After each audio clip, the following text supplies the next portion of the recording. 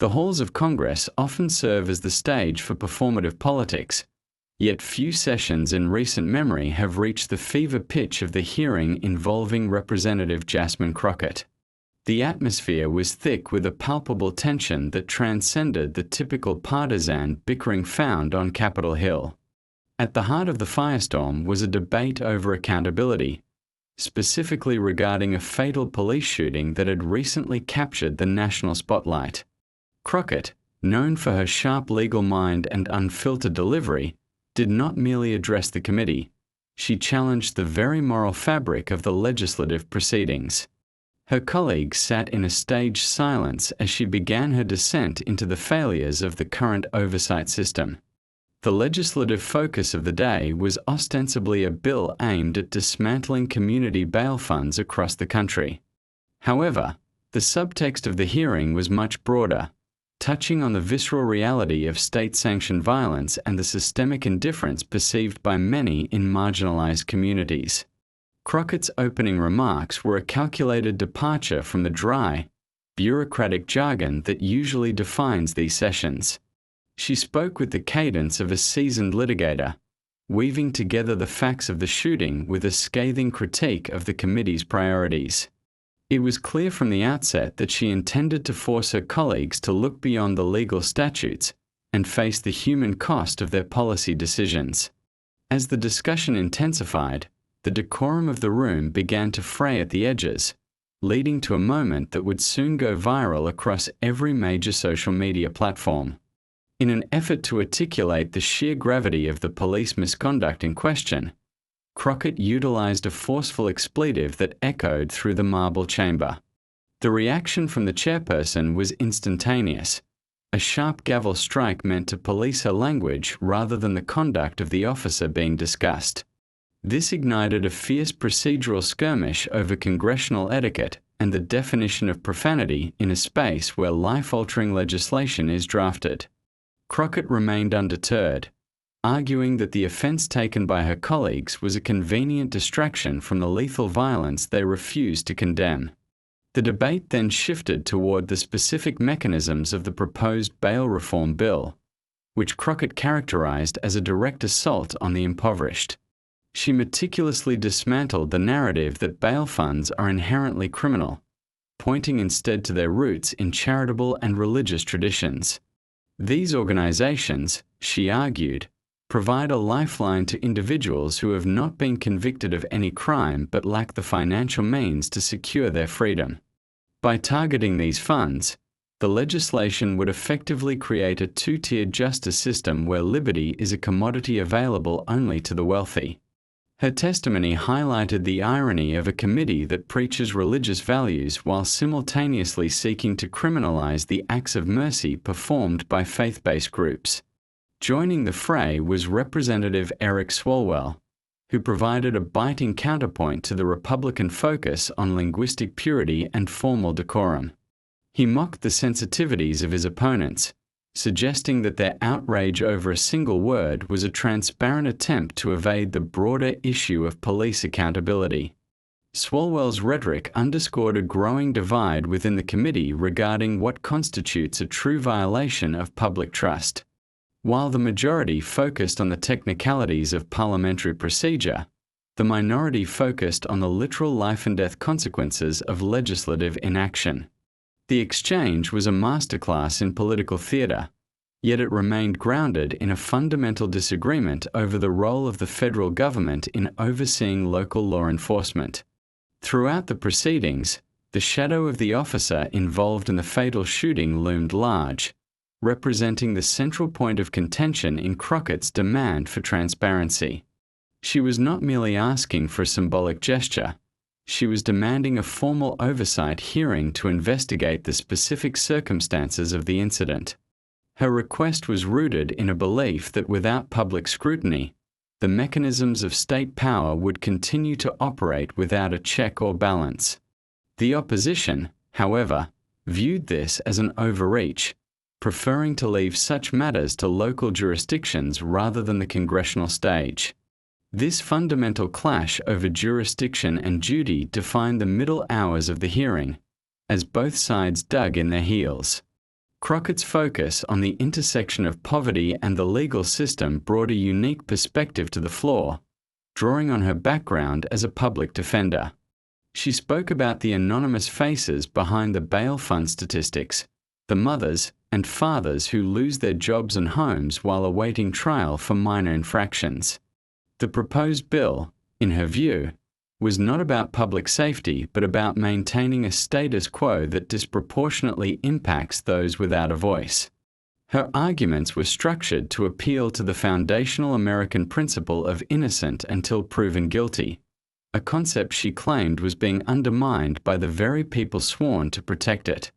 The room fell into a rare, heavy silence as she detailed the cascading failures of a system that prioritizes property over people.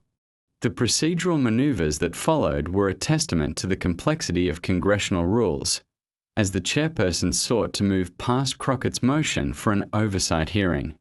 Each attempt to bypass her demands was met with a swift and calculated rebuttal, showcasing her mastery of the legislative process. She utilized every minute of her allotted time to ensure that the record reflected her unwavering commitment to the victim's family and the broader call for justice.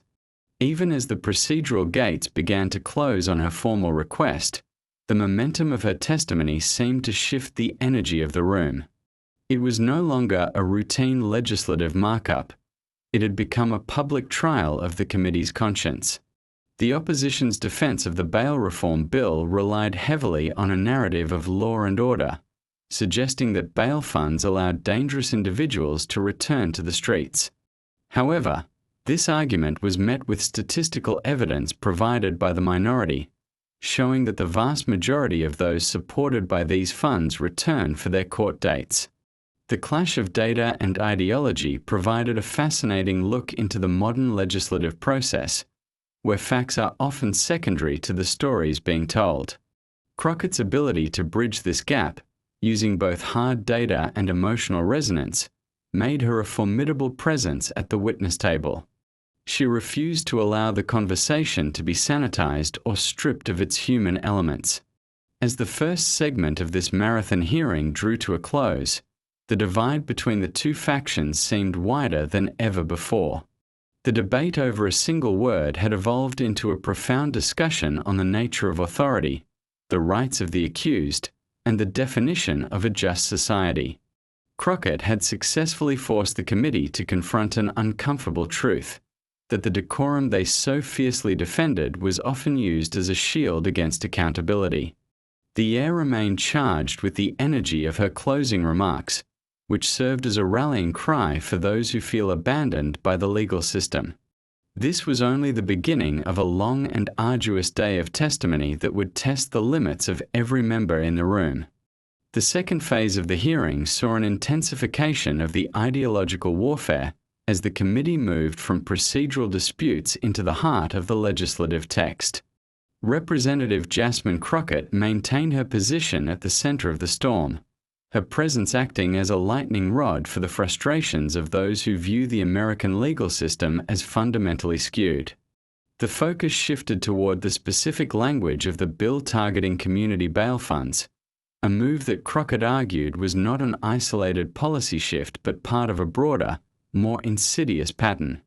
She meticulously outlined how the removal of financial safety nets for the indigent would create a vacuum, one that would inevitably be filled by a more punitive and less transparent carceral state. Her analysis was not merely emotional. It was a clinical deconstruction of how systemic barriers are constructed through the seemingly mundane process of legislative drafting. The tension in the room was further exacerbated by the presence of various stakeholders and observers who had gathered to witness the fallout of the previous hour's linguistic clash. Every movement within the chamber was scrutinized, from the whispering among staffers to the deliberate pauses taken by the chairperson before ruling on points of order. It was in this environment that the debate over state-sanctioned violence took on a new dimension, moving from a philosophical disagreement to a direct confrontation over recent events. The fatal shooting that Crockett had referenced earlier became a recurring motif, a haunting reminder of the stakes involved in their deliberations. While some members sought to compartmentalize the shooting as an administrative matter, Crockett and her allies insisted it was a direct byproduct of the very policies being debated on the floor. As the afternoon progressed, the technical arguments regarding the 4th and 14th Amendments began to dominate the dialogue. Crockett, drawing upon her extensive experience in the courtroom, challenged the constitutionality of the proposed restrictions on bail funds. She argued that the government's attempt to infringe upon the rights of private organizations to provide financial assistance was a clear overreach of federal authority. This line of questioning put the proponents of the bill on the defensive, forcing them to justify how their law and order agenda could coexist with the constitutional protections afforded to all citizens, regardless of their economic status. The intellectual rigor of the debate elevated the session beyond a mere political skirmish, turning it into a high-stakes legal symposium where the future of pretrial liberty was at stake. The intervention of other committee members added layers of complexity to the already volatile situation. Some sought to bridge the gap through moderate amendments, while others doubled down on the necessity of the bill to curb what they described as a rising tide of lawlessness. Representative Eric Swalwell continued his role as a vocal critic of the committee's focus, pointing out the hypocrisy of prioritizing the regulation of charitable funds over the investigation of fatal police encounters. His comments served to broaden the scope of the hearing, linking the local incident to a national conversation about the lack of federal oversight for law enforcement agencies. This strategic alignment between Crockett and Swalwell created a unified front that the majority struggled to suppress without appearing to silence legitimate dissent. A significant portion of this segment was dedicated to the role of non-profit organizations and religious institutions in the bail system. Crockett presented a compelling case for the social utility of these groups, highlighting how they often provide the only mechanism for low-level offenders to maintain their employment and family connections while their cases move through the courts. She challenged the notion that these funds were buying freedom for criminals, instead framing them as a necessary check against an overburdened and often indifferent judicial machine. Her testimony was supported by letters from community leaders and clergy members, who viewed the proposed legislation as an existential threat to their mission of mercy and social justice. This moral framing of the issue made it increasingly difficult for the opposition to dismiss the opposition to the bill as purely partisan or radical. The debate then took a sharp turn into the logistics of police accountability and the transparency of body camera footage. Crockett's demand for an oversight hearing was not just about the specific shooting, but about the systemic lack of access to evidence that should be public record. She detailed the hurdles that families and civil rights attorneys face when trying to obtain information about police-involved fatalities, creating a narrative of a blue wall of silence that is reinforced by legislative inaction. By connecting the bail fund bill to the lack of police transparency, she painted a picture of a system that is designed to protect state actors while simultaneously stripping the accused of their fundamental rights. This holistic approach to the problem resonated with the public gallery, leading to several outbursts that required the chairperson to restore order. The psychological toll of the hearing was evident on the faces of all participants as the hours stretched on. For Crockett, the fight was clearly personal, a reflection of the communities she represents and the cases she has fought in the trenches of the legal system. For her opponents, the session was an exercise in maintaining a specific vision of American governance, one where security is prioritized over individual liberties in the name of public safety. This clash of worldviews was most apparent during the cross-examination of several guest witnesses who had been called to testify on the impact of bail reform. The questioning was often aggressive, with both sides attempting to elicit testimonies that would validate their respective positions, further highlighting the deep ideological chasm within the committee. As the hearing moved toward the conclusion of its second act, the procedural obstacles to Crockett's requested oversight hearing became even more pronounced. The chairperson utilized a series of complex rules to sidestep the motion, leading to a heated exchange over the interpretation of committee bylaws. Crockett's frustration was evident, but she remained composed, using each procedural setback as a platform to further highlight the perceived unfairness of the process. She argued that the committee was more interested in protecting the reputation of law enforcement than in uncovering the truth of a tragic event. This persistent demand for accountability became the defining theme of the session, overshadowing the technical aspects of the bail legislation and capturing the attention of the national media. The narrative of the hearing began to ripple out beyond the walls of the Rayburn House office building, sparking intense debate on cable news and digital platforms. The contrast between the visceral, lived experience described by Crockett and the detached, legislative approach of the majority provided a perfect microcosm of the current American political landscape. Supporters praised Crockett for her courage in speaking truth to power, while critics accused her of grandstanding and using inflammatory language to derail a necessary legislative process.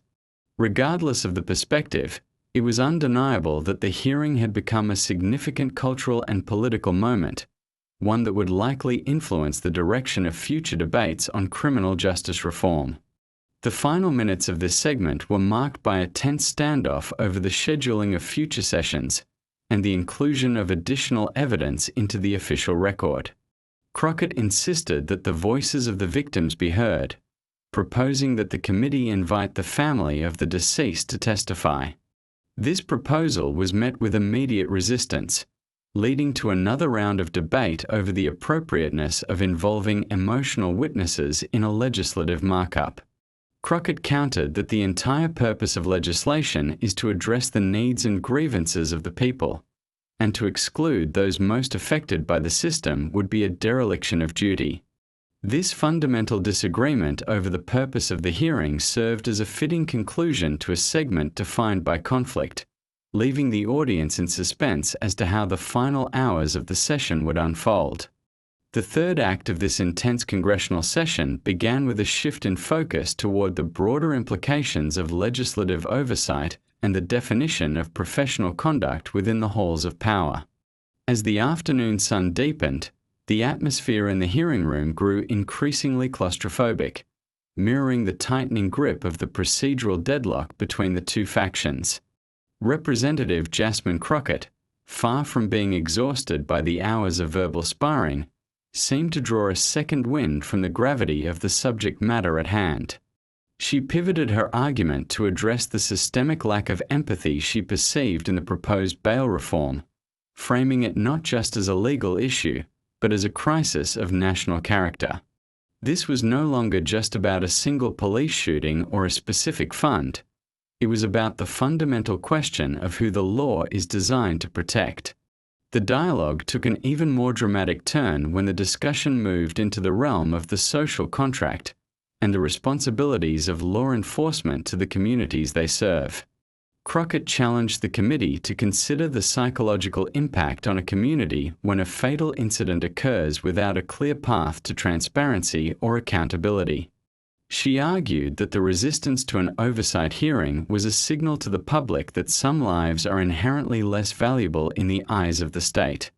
This assertion was met with a chorus of objections from across the aisle, as members accused her of questioning their personal integrity and the motives of the police department involved. The back and forth highlighted a profound disconnect in how both sides interpret the concept of justice, with one side emphasizing order and the other emphasizing equity. In the midst of this ideological collision, the role of the media and the digital public began to influence the dynamics within the room. Staffers could be seen monitoring live feeds and social media reactions, reporting back to the members how their words were being interpreted in real time. This awareness of the digital gallery added an extra layer of performative intensity to the exchange, as each member sought to craft sound bites that would resonate with their respective bases. Crockett, however, seemed less interested in viral moments and more focused on the grim reality of the case files sitting before her. She utilized her time to read into the record-specific accounts of the shooting, forcing her colleagues to listen to the visceral details of the event that they had, up until that point, avoided discussing in depth. Representative Eric Swalwell returned to the floor to bolster Crockett's position, focusing on the disparity in how the committee handles different types of alleged misconduct. He pointed out the irony of a legislative body that can spend weeks investigating administrative errors, but refuses to spend a single afternoon examining a loss of life. His commentary was a sharp critique of the committee's agenda-setting power, which he characterized as a tool for political suppression rather than a mechanism for truth-seeking. The synergy between Swalwell's dry irony and Crockett's passionate advocacy created a pincer movement that kept the majority leadership on the defensive throughout the mid-afternoon session. The debate over language once again surfaced, as the majority attempted to use decorum rules to limit the scope of the minority's criticisms. The focus then narrowed onto the intricate relationship between private bail bondsmen and the legislative push to criminalize non-profit bail funds. Crockett presented an analysis suggesting that the bill was less about public safety and more about protecting the financial interests of the multi-billion-dollar private bail industry. She argued that by removing non-profit competitors, the government was effectively handing a monopoly to companies that profit from the incarceration of the poor. This economic lens provided a new layer of skepticism to the proceedings, as observers began to question the underlying motivations of the bill sponsors. Crockett's ability to follow the money while simultaneously maintaining a focus on civil rights made her arguments particularly difficult to dismantle on a purely technical level. As the hearing progressed, the discussion turned toward the concept of qualified immunity and how it intersects with the lack of transparency in police shootings. Crockett argued that without a formal congressional inquiry, the legal protections afforded to law enforcement would continue to serve as a barrier to any meaningful resolution for the victim's family. She highlighted the fact that local investigations are often perceived as biased, necessitating federal intervention to restore public confidence. The opposition countered that federal overreach into local law enforcement matters would undermine the principles of federalism and create a dangerous precedent. This debate over the balance of power between local and federal authorities served as a bridge between the specific tragedy being discussed and the broader constitutional framework of the United States. The psychological pressure of the room began to manifest in increasingly sharp personal exchanges between the members. The chairperson's attempts to maintain order became more frequent and more frustrated, as the boundaries between professional debate and personal grievance began to blur. At one point, a debate over a minor amendment devolved into a shouting match over who had more respect for the rule of law. Crockett remained at the center of these exchanges, often acting as the catalyst for the most heated moments by refusing to yield her ground or sanitize her language. Her insistence on using the term state-sponsored killing instead of more neutral euphemisms was a deliberate choice designed to keep the focus on the finality of the violence being investigated. Another key theme that emerged during this segment was the historical context of bail and its evolution within the American justice system. Crockett provided a brief but potent history lesson, tracing the origins of the current system back to era-specific policies that were designed to control marginalized populations. She argued that the proposed bill was a modern iteration of these historical injustices, repackaged in the language of contemporary crime prevention. By situating the current debate within a larger historical narrative, she was able to argue that the committee's actions were not happening in a vacuum but were part of a long-standing tradition of systemic exclusion. This perspective added a sense of historical weight to the proceedings, making the stakes feel even higher for those watching at home. The role of technology in policing was also a point of contention, specifically the use and disclosure of body-worn camera footage. Crockett questioned the effectiveness of such technology if the footage is withheld from the public and the victims' families during the most critical moments of an investigation. She argued that the transparency promised by body cameras is an illusion if the government maintains total control over the narrative. This line of inquiry forced a discussion on the ethics of data management and the public's right to know, further broadening the scope of the hearing into the realm of digital rights and privacy. The committee members found themselves debating the technicalities of evidence storage and the legal triggers for public disclosure, a far cry from the simple bail reform bill that had started the day. As the third segment drew to a close, the sense of an impending stalemate was undeniable. The committee had moved through dozens of amendments and procedural motions, yet the core conflict remained unresolved. Crockett's demand for an oversight hearing had been officially denied multiple times, yet she continued to bring it back to the floor at every available opportunity. This persistence served to keep the issue alive in the minds of the audience, ensuring that the shooting would remain the focal point of the day's coverage. The segment ended on a somber note, with a moment of silence requested by Crockett that was met with a mix of somber compliance and visible discomfort from her colleagues, setting the stage for the final push of the session. The fourth segment of this marathon hearing delved into the intricacies of legislative maneuvering and the subtle art of political gaslighting. As the evening hours approached, the fatigue among the committee members became a factor, yet the intensity of the debate refused to dissipate.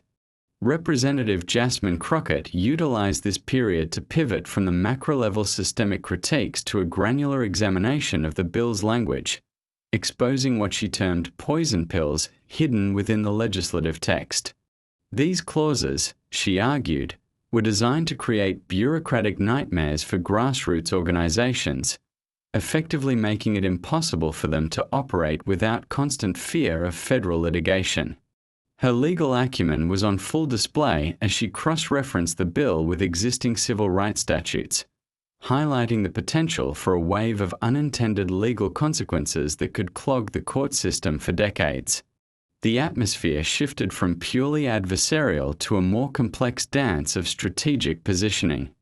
Some members of the majority began to distance themselves from the more extreme elements of the bill, perhaps sensing the growing public backlash that was being fueled by the live broadcast. Crockett seized upon these fissures, attempting to pull moderate members toward a compromise that would at least allow for a study on the impact of bail reform before the implementation of restrictive measures. However, the party leadership remained steadfast, viewing any concession to Crockett as a political defeat. This internal power dynamic within the committee provided a fascinating case study in the tension between individual conviction and party discipline, a theme that resonated throughout the room. A significant portion of the discussion was dedicated to the concept of disparate impact. Crockett presented a series of data visualizations that illustrated how the elimination of bail funds would disproportionately affect African American and Latino communities. She argued that the bill was not race-blind, but was instead a targeted strike against the progress made in criminal justice reform over the last decade. By presenting the data in a clear, undeniable format, she forced her colleagues to either acknowledge the racial dimensions of the policy or double down on a narrative that ignored the statistical reality. The debate over these findings was sharp and often uncomfortable, as it required the committee to confront the historical and ongoing role of race in the American legal system. Representative Eric Swalwell continued to provide tactical support, focusing his efforts on the lack of accountability for the use of force. He introduced a series of questions regarding the training protocols and disciplinary records of the officers involved in the shooting that had sparked Crockett's initial outrage. While the majority attempted to rule these questions as out of order or irrelevant to the bill at hand, Swalwell argued that the committee could not discuss bail, the process of entering the system, without discussing the methods by which individuals are brought into that system in the first place. This holistic view of the justice pipeline frustrated the opposition, who wanted to keep the discussion confined to the narrow technicalities of the proposed legislation. The role of public testimony took on a new weight as the committee reviewed written statements from civil rights experts and legal scholars. Crockett read excerpts from these statements into the record, amplifying voices that were not present in the room but whose expertise challenged the very foundation of the majority's arguments.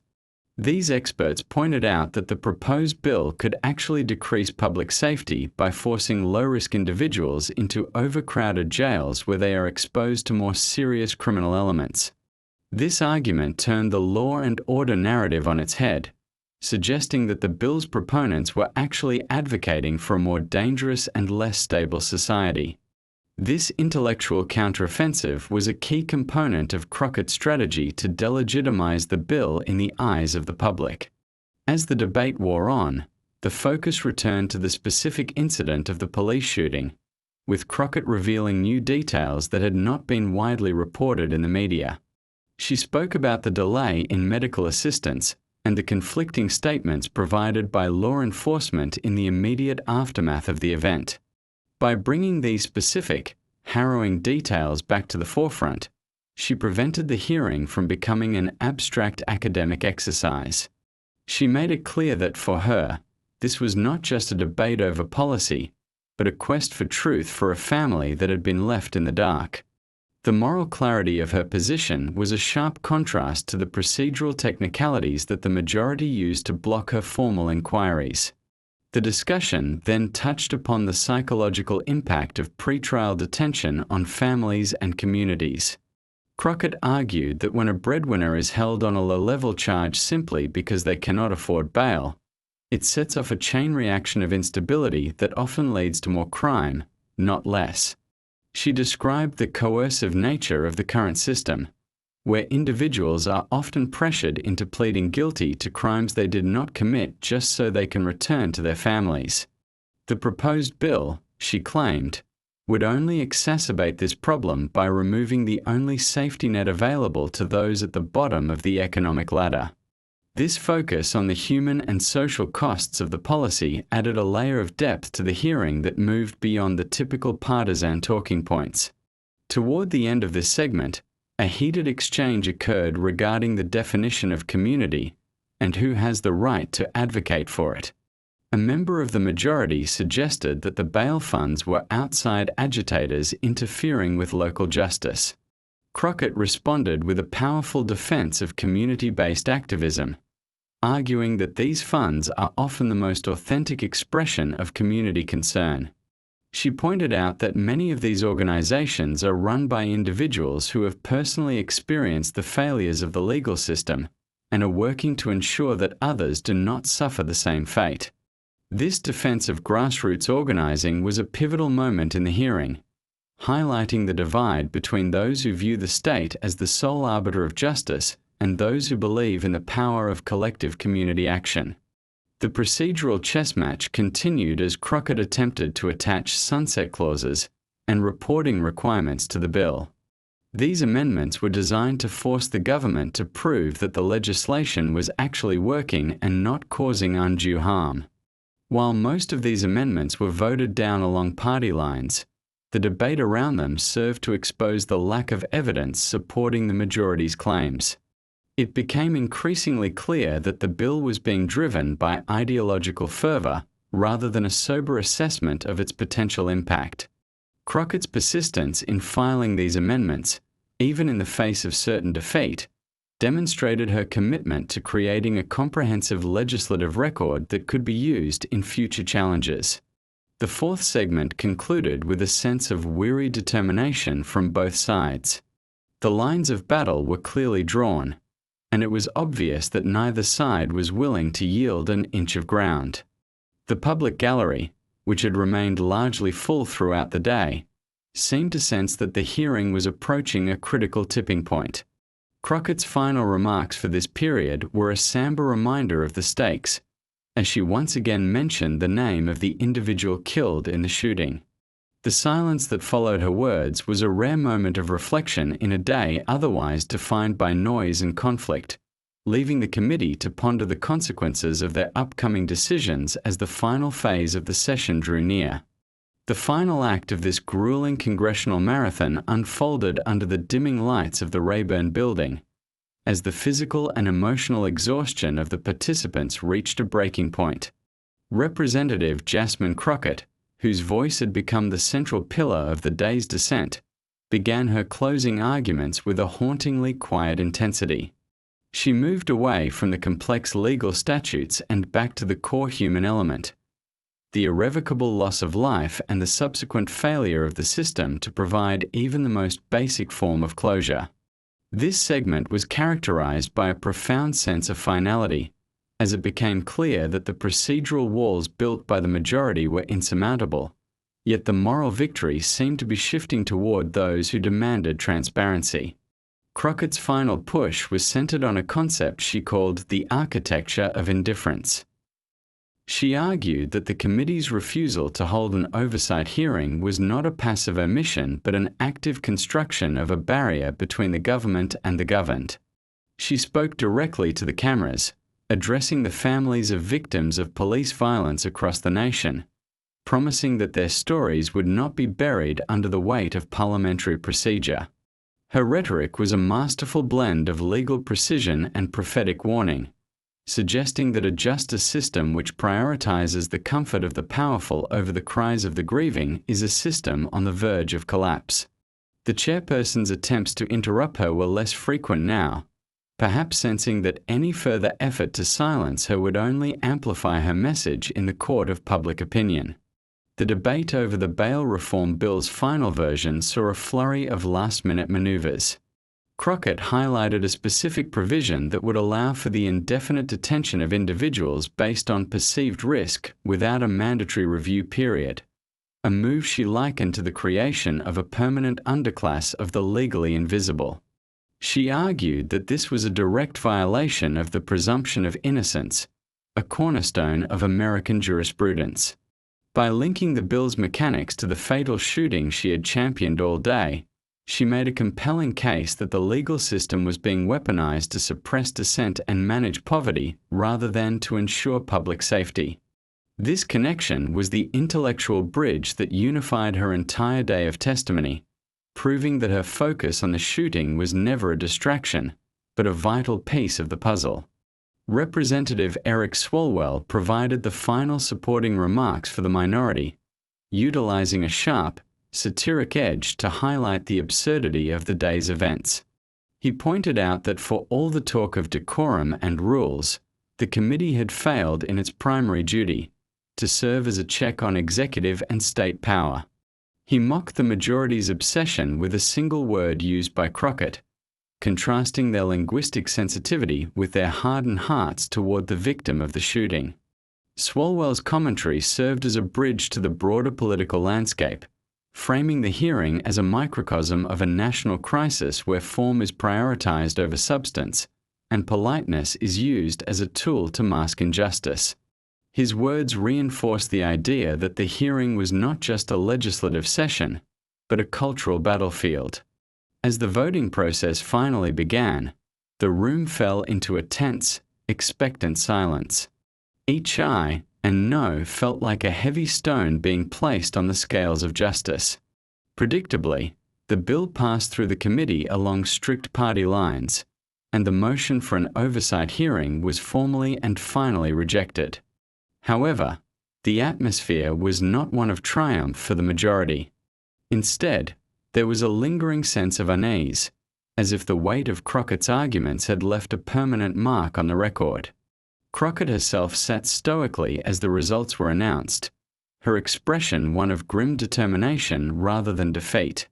She had successfully turned a routine markup into a national conversation, ensuring that the name of the deceased and the grievances of the community were now a permanent part of the congressional record. In her final allotted minute, Crockett issued a challenge to her colleagues that would be replayed countless times in the days to follow. She spoke of the haunting silence of the missing, referring both to the victim of the shooting and the millions of Americans who are currently trapped in the pretrial system. She argued that while the majority may have won the vote, they had lost the argument in the eyes of history. Her closing statement was not a plea for mercy but a demand for a reckoning, suggesting that the spirit of justice cannot be contained by the narrow confines of a committee room. The finality of her words left a palpable chill in the air, a stark reminder that while the legislative process had ended for the day, the struggle for accountability was only just beginning.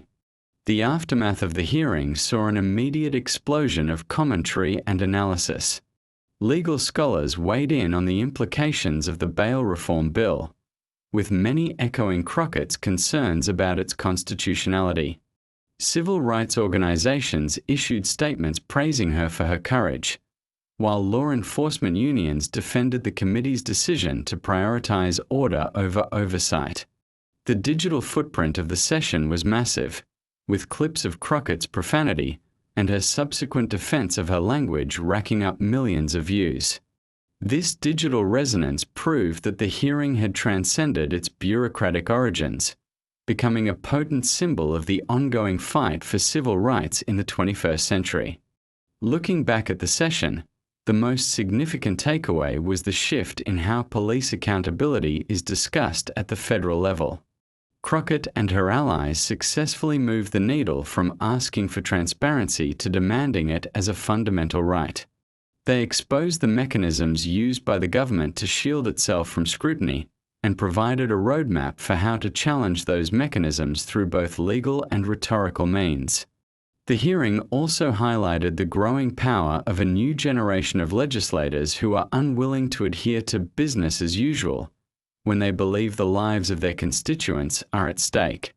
This evolution in political strategy signals a more confrontational and transparent era of American governance.